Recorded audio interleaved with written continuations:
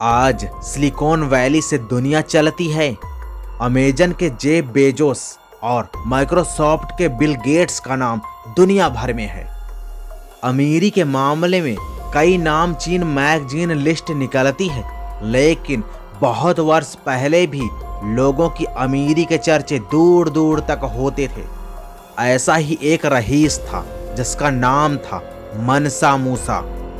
अगर आप आज भी इंटरनेट पर उसका नाम टाइप करेंगे तो सबसे पहले आपको यही लिखा दिखेगा कि वो इतिहास के सबसे अमीर शख्स थे। आज भी इनकी दौलत का कोई अंदाजा नहीं लगा पाया। मनसा मूसा पश्चिमी अफ्रीका के बादशाह थे।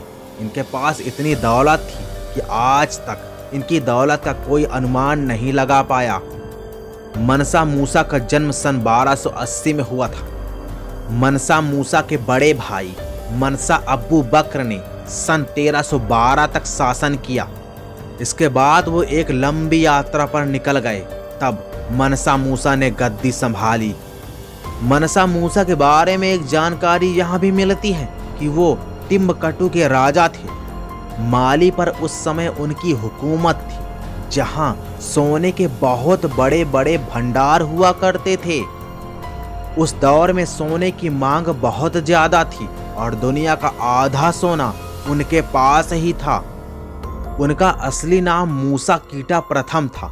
मनसा बादशाह को कहा जाता है। जब उन्हें गद्दी मिली तो लोग उन्हें मनसा मूसा कहने लगे। बीबीसी की एक रिपोर्ट के मुताबिक आज के Mauritania, Senegal, Gambia, Guinea, Burkina Faso, Mali, Chad और नाइजीरिया, ये सभी देश तब मूसा के सल्तनत का हिस्सा हुआ करते थे। इतिहासकारों की माने तो मनसा मूसा के पास 400 बिलियन डॉलर से ज़्यादा की संपत्ति मौजूद थी, जबकि कई इतिहासकारों का मानना है कि बादशाह मनसा मूसा की दौलत 400 बिलियन डॉलर से कई गुना ज़्यादा थी। मनसा मूसा की दौलत से जुड़ा एक किस्सा बहुत प्रसिद्ध है। चलिए आपको बताते हैं। यह बात सन 1324 की है, जब मनसा मूसा मक्का की यात्रा के लिए निकले। इस सफर में मनसा मूसा ने 6500 किलोमीटर की दूरी तय की थी। बताया जाता है कि मनसा मूसा का कारवां जहां से गुजरा वहां के लोग इसे देखकर हैरत में पड़ गए।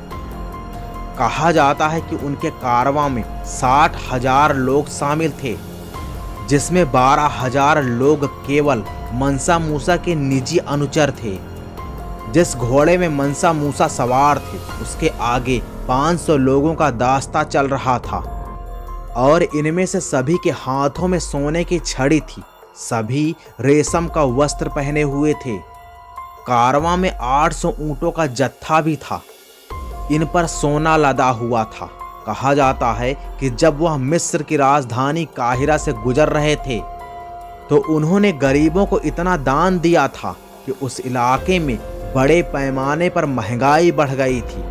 अब आप इन चीज़ों से अंदाज़ा लगा सकते हैं कि मनसा मूसा कितने रईस थे, उनके पास कितनी दौलत रही होगी। इसमें एक बात तो साफ है कि मनसा मूसा काफ़ी उदार थे और दयालु भी थे। मनसा मूसा ने करीब 25 वर्षों तक शासन किया था। वर्तमान दौर का घाना, टिम्बकटू और माली उनके साम्राज्य का हिस्सा था। बड़ी दुख की बात तो ये है कि उनकी मौत के बाद उनके कारोबार को उनकी अगली पीढ़ी संभाल नहीं पाई।